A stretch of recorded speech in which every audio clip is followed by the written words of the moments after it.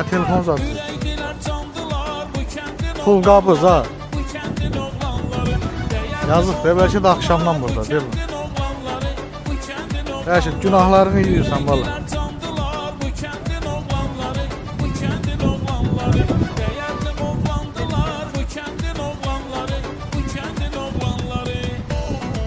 Gelin hemen.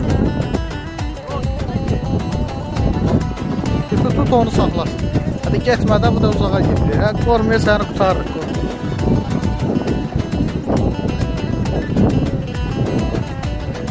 Tamam buradan. Buradan koy oradan kaytar dedi.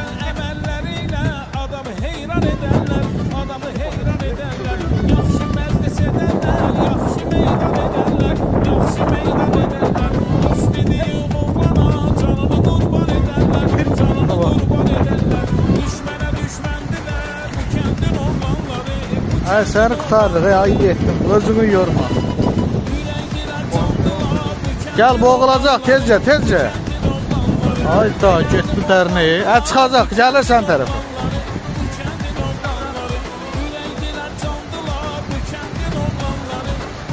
Tut oradan, tut, dişinlə tut. Ha, dişinlə tut, dişinlə. Ha, gel bura. Tut. Aha.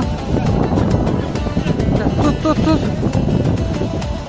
Yaxınca, qorxma. Dərindir. Gel buradan gir da. Ha, on ver.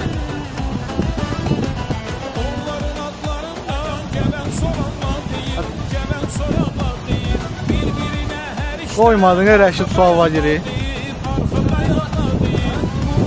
Ha, yok onun halı var, o yazın. Görmüsən əksir o.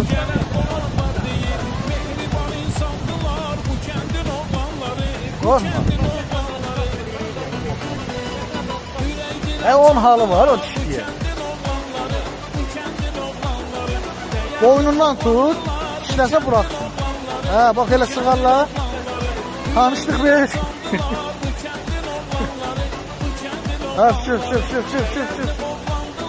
Ağır değil mi? Çıkart bir şey kalmış. Ha, arkasına kaldır. Hadi git, dayı yetin. Qayıdıb girəcək. Ay billah. Qayıdıb girəcək oraya. Ay bak, girəcək oraya. Başın trimi o. Sağ ol, ay sağ.